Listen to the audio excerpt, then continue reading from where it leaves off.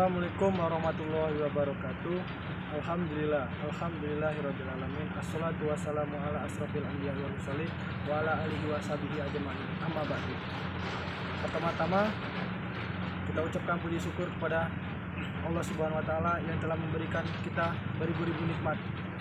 Tak lupa salawat dan salam kita curahkan kepada Nabi Muhammad SAW yang kita nantikan syafaatnya di yaumul akhir nanti. Perkenalkan, nama saya Aksanul Saidin, NPM 21510401, Prodi Manajemen Bisnis Syariah, kelas D. Di sini saya akan melakukan presentasi, yaitu tentang ilmu Pancasila. Pancasila. Pengertian Pancasila berasal dari bahasa Sanskerta yang terdiri dari dua kata. Panca yang berarti lima dan sila berarti prinsip atau asas. Pancasila adalah dasar negara serta falsafah bangsa dan negara Republik Indonesia yang terdiri dari 5 sila. Setiap sila memiliki lambang yang terdapat dalam burung Garuda. Kelima simbolnya yaitu bintang, rantai, pohon beringin, kepala banteng, padi, dan kapas. Burung Garuda merupakan lambang negara Indonesia.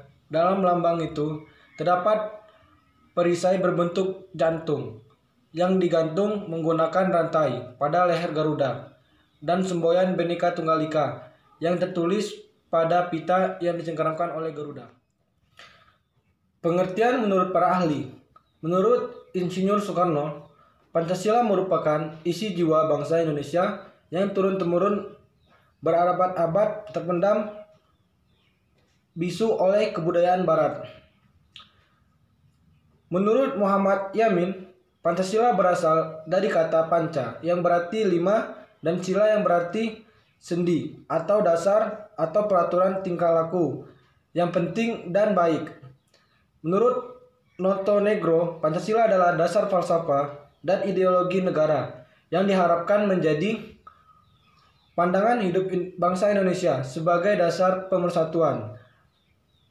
Menurut Ruslan Abdul Ghani, Pancasila diartikan sebagai sebuah filsafat negara yang tercipta untuk menjadi ideologi kolektif demi kesejahteraan rakyat dan bangsa Indonesia. Menurut Profesor Dr. Nurcholin Majid Nurcholis, mengartikan Pancasila sebagai modal untuk mewujudkan demokrasi Indonesia. Landasan Pancasila.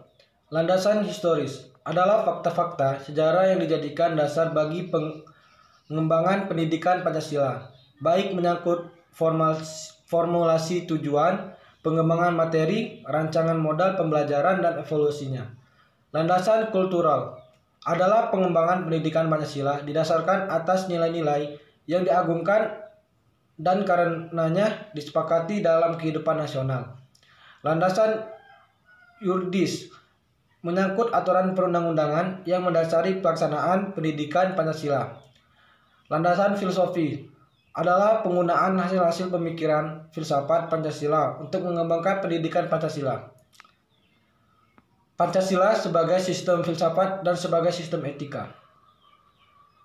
Pancasila sebagai sistem filsafat merupakan dasar falsafah kenegaraan Indonesia sekaligus filsafat kehidupan berbangsa.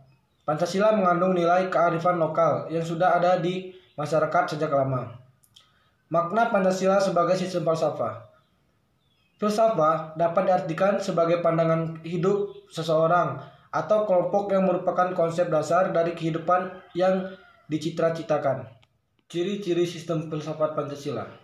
Pancasila adalah satu kesatuan bagian yang tersusun secara hierarki. Masing-masing Pancasila tidak bisa berdiri sendiri dan tidak saling bertentangan. Di antara sila-sila Pancasila terdapat hubungan yang mengikat satu sama lain, sehingga Pancasila merupakan satu kesatuan yang bulat. Menurut Gunadarma, Pancasila adalah sistem filsafat karena memenuhi ciri-ciri pemikiran filosofis, yaitu berujung pangkal, saling berhubungan, dan tidak mengandung pernyataan yang kontradiktif. Teliti, Pancasila dapat mengkomodir seluruh kehidupan dan dinamika masyarakat di Indonesia. Jadilah spekulatif. ini mendasar Pancasila dirumuskan berdasarkan inti mutlak tatanan kehidupan manusia dalam menghadapi diri sendiri, sesama manusia, dan Tuhan dalam kehidupan bermasyarakat dan bernegara. Pancasila sebagai etika. Kata etika berasal dari bahasa Yunani kuno, yaitu ethos dan etikos. Ethos sendiri berarti kebiasaan atau watak, sedangkan etikos memiliki arti sebagai susila atau perbuatan yang baik. Sehingga menurut Kamus Besar Bahasa Indonesia, etika merupakan ilmu yang menjelaskan tentang apa yang baik dan apa yang buruk, dan hal yang berkaitan dengan hak dan kewajiban moral. Aliran etika,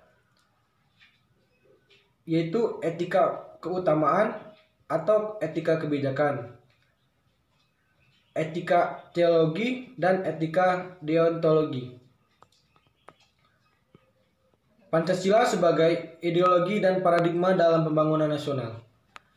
Arti ideologi paradigma Pancasila yaitu mempunyai arti bahwa Pancasila merupakan sistem nilai yang dijadikan kerangka landasan, kerangka cara, dan sekaligus kerangka arah atau tujuan bagi yang menyandangnya.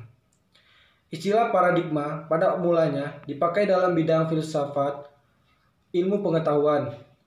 Menurut Thomas Kuhn, orang yang pertama kali mengemukakan istilah tersebut menyatakan bahwa ilmu pada waktu tertentu didominasi oleh suatu paradigma.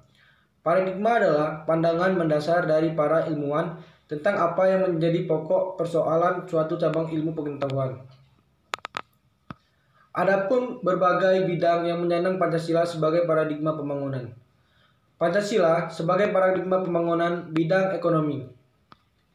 Dalam pembangunan ekonomi, pemerintahan harus berlandaskan Pancasila, terutama sila kelima, yaitu keadilan sosial bagi seluruh rakyat Indonesia.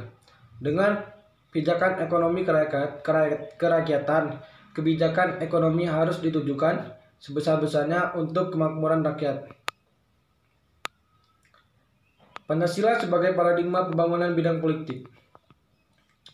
Pembangunan bidang politik ditujukan untuk membentuk pemerintahan demokratis yang menjunjung kebebasan berpendapat serta melayani tuntunan rakyat secara adil, terbuka, jujur, dan akuntabel. 3. Pancasila sebagai paradigma pembangunan hukum, yaitu untuk melindungi segenap bangsa Indonesia dan seluruh tumpah darah Indonesia adalah salah satu tujuan negara Indonesia. Hal ini mengandung makna bahwa tugas dan tanggung jawab tidak hanya oleh penyelenggara negara saja, tetapi juga rakyat Indonesia secara keseluruhan. Atas dasar tersebut, sistem pertahanan dan keamanan adalah mengikuti sertakan seluruh komponen bangsa. Pancasila sebagai paradigma pembangunan sosial budaya. Pancasila pada hakikatnya bersifat humanitik karena memang Pancasila bertolak diri dari hakikat dan kedudukan kodrat manusia itu sendiri. Hal ini sebagaimana tertuang dalam sila kemanusiaan yang adil dan beradab. Pembangunan sosial budaya harus mampu meningkatkan harkat dan martabat manusia, itu menjadi manusia yang berbudaya dan beradab.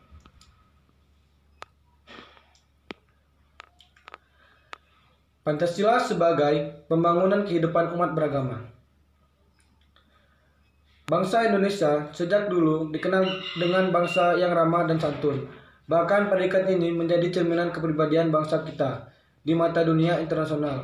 Indonesia adalah negara yang majemuk, bhinneka, dan plural. Indonesia terdiri dari beberapa suku, etnis, bahasa, dan agama.